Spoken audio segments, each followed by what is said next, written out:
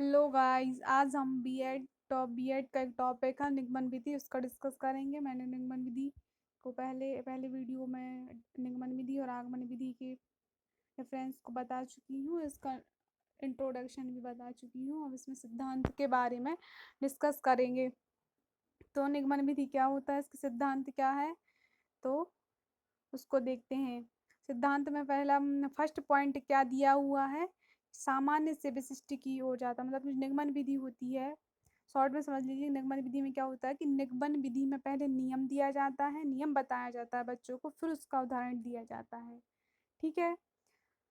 तो उसमें उसका पॉइंट क्या दिया है, सामान्य से विशिष्ट की ओर जाता है। पहले छात्रों को सिद्धांत अथवा नियम बता दिए जाते हैं, बाद में वह विशिष्ट की ओर बढ़ते हैं एवं उसका अभ्यास करते हैं। दूसरे शब्दों में इसमें नियम से उदाहरण की तरफ बढ़ते, देखो जो मैंने बताया वही दिया है इसमें। फिर सेकंड क्या है, स्थूल से सूक्ष्म की ओर जाते हैं। ठीक है।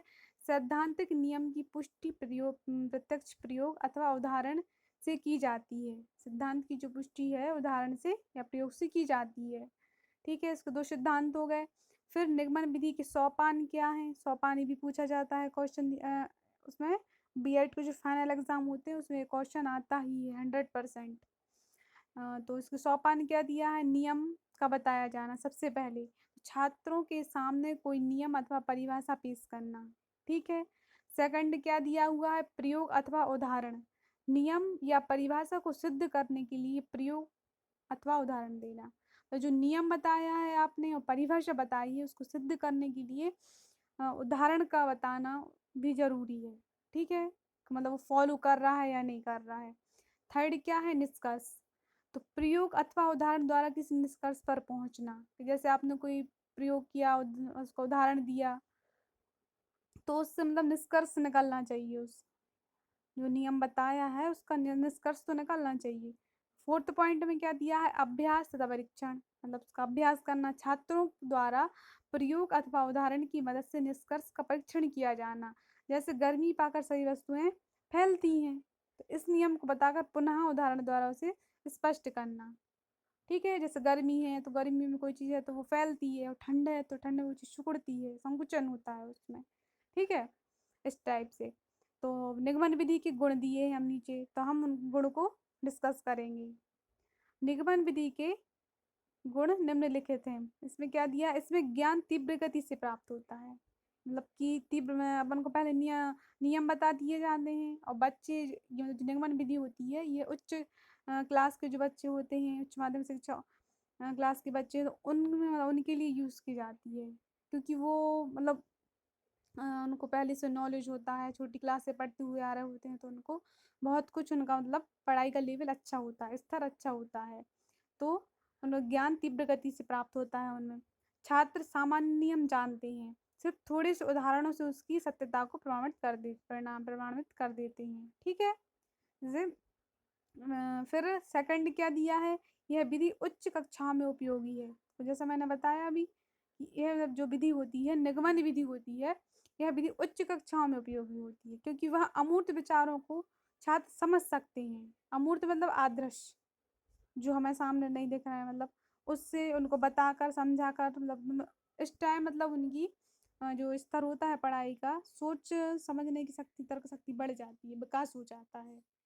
तो वो मतलब उनको थोड़ा सा यदि आप उदाहरण दोगे तो उससे वो समझ जाएंगे, उनको समझ आ जाता है। इस विधि से पढ़ाने में कम समय लगता है। जो निगमन विधि होती है, नियम द्वारा पढ़ाना, फिर उदाहरण देना, तो ये कम टाइम लगता है, क्योंकि व्याख्यान विधि के अकॉर्डिंग और भी जो अदर विधियां हैं उनके अलावा आप इसमें देखोगे तो मतलब कम समय लगता है। फोर्थ क्या दिया है, इस विधि के द्वारा छात्र उलझन में नहीं पड़ते हैं। क्यों नहीं पड़ते हैं, क्योंकि उनको पहले नियम बता दिया जाता है सीधा सीधा, ये नियम है, इनके द्वारा दिया गया है, अब उसको बस सिद्ध करना होता है, इसको निष्कर्ष पर निकालना, मतलब पहुंचना पड़ता है, उसका निष्कर्ष निकालना होता है कि हाँ ये नियम है, उसको सत्यता की जांच की करनी पड़ती है, उदाहरण दे दिया जाता है कि हाँ ये से ये होता है, इससे ये होता है। ठीक है।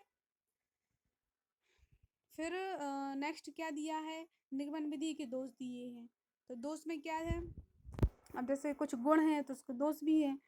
फर्स्ट दोष क्या दिया है, चूंकि इसमें सूक्ष्म से स्थूल की ओर एवं सामान्य से विशिष्ट की ओर बढ़ते हैं, अतः यह अमनोवैज्ञानिक विधि है। ठीक है। फिर सेकंड में क्या दिया है, विधि तर्क एवं विचार शक्ति का विकास नहीं करती है, क्योंकि सिद्धांत पहले बता दिए जाते हैं तो बच्चे फिर उतना सोचते नहीं है। जैसा कि आगमन विधि में होता है कि बच्चे तर्क लगाते सोचते हैं, उनके अंदर जिज्ञासा होती है, तो इसमें ऐसा नहीं होता। इसमें क्योंकि पहले ही मतलब नियम बता दिया, सिद्धांत बता दिया जाता है। इसमें छात्र में रटने की आदत पड़ती है, छात्र को रटने की आदत पड़ जाती है, क्योंकि वह नियमों तथा सिद्धांतों को बगैर समझे हुए कंठस्थ करके भी काम चला सकते हैं। फोर्थ क्या दिया है, इसमें छात्र की बजाय शिक्षक ज़्यादा सक्रिय रहता है, जबकि सफल शिक्षण हेतु छात्र को ज़्यादा सक्रिय होना चाहिए, है ना। फिर फिफ्थ में क्या दिया है, अनुकरण पर बल देती है, सूझबूझ पर नहीं।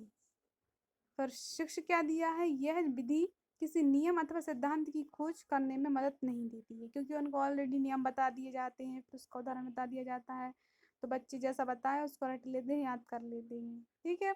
निष्कर्ष क्या निकलता है इससे, गुण दोष का निरीक्षण करके हम इस निष्कर्ष पर पहुंचते हैं कि यह छात्रों की क्रियाशीलता पर ध्यान नहीं दे अमनोवैज्ञानिक तथा उनके लिए अनुपयुक्त है, लेकिन नियम का अभ्यास कराया जाना इस विधि की अपनी विशेषता है। उदाहरण कैसे, भौतिक शास्त्र तथा गणित जैसे विषयों में कहीं कहीं सीधे नियम बताने के बाद उसका अभ्यास कराते हैं।